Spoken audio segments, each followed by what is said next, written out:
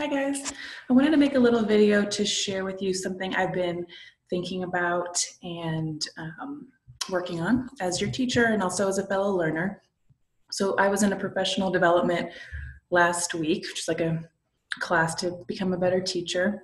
And the instructor asked us to think back and think about the teacher that we wanted to be and thought that we would be, and to compare that with the teacher that we are, teachers that we are every day in our current practice, and if we are our authentic selves as teachers. And those questions really made me pause and think and reflect. And one of the things that kept popping into my mind was this quote that's actually on the wall in the English room from Maya Angelou. And it was, I've learned that people will forget what you said, people will forget what you did, but people will never forget how you made them feel. And so as I'm asking you to analyze feelings really, as you're looking at tone and writing this week, especially, and all the time, and the connotations and feelings attached to the choices of words and other choices that authors make, I wanted to stop and think about my choices and my words, and if those make you feel the way that I hope or want them to, that I want you to feel. And so I actually made a list. I made a list of words, and I started actually, part of my inspiration was that Tone Words resource that I keep giving you.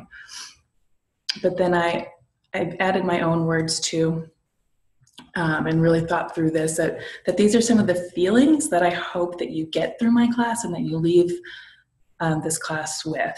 And so here they are. Those words are, I want you to feel heard, hopeful, challenged, curious, inspired, innovative, empathetic, thoughtful, courageous, confident, empowered, passionate, joyful, excited, creative, and valued. And what I'm going to do is I'm going to post this at the top of our class so that I keep it in the back of my mind as I'm planning and giving feedback and just going in and grading and working through our class every day. And I also want to put it there for you so that you can help me accomplish this. And there's a few ways you can do that. One is just by being honest with me. When you're working on something and this is not what you're feeling, tell me, give me feedback. Feedback is the way that I get better, and this isn't going to become a reality without your feedback and without your participation. Another thing is to really buy in and take some risks. So I realize that sometimes literary analysis essays aren't our favorite, and they don't always feel like the most authentic or relevant kind of writing. So when possible, I'm going to give you other opportunities to really shine in other ways too and push yourself. And one of those is coming up really soon. We're going to do some narrative writing in the style of more.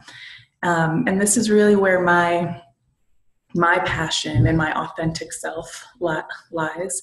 As most of you guys know, I was a newspaper reporter and writer, and I really believe in stories and telling people stories and the power of that.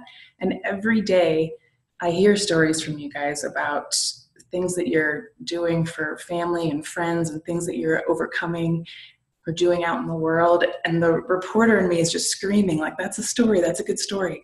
And so I want to really challenge you to tell your stories and to dig deep and think about something important that you have to say and to do your best to say it. And then use me, use my feedback, embrace the revision process with me, and let's create together some things that you're really proud of that we can publish for the world to get you heard.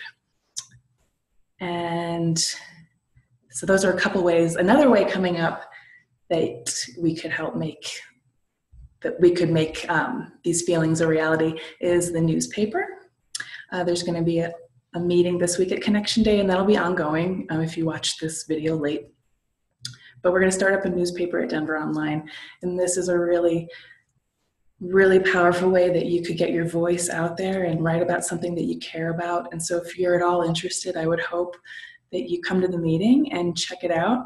And if you're worried about, just workload in general, we can find ways to get you credit, elective credit for newspaper. And also the work that you produce could qualify for some of the competencies that we're trying to achieve in your English class. So there could be ways for newspaper stories or videos, podcasts, whatever you want to do with newspaper to replace some other things in that class. So if you're at all interested, come to that meeting or reach out to me about newspaper too. And then one other thing I wanted to tell you just as I'm looking at these words and these feelings is when you look at your grades page and you see all that feedback from me, the feeling I don't want you to have is defeated or overwhelmed or anxious or anything like that.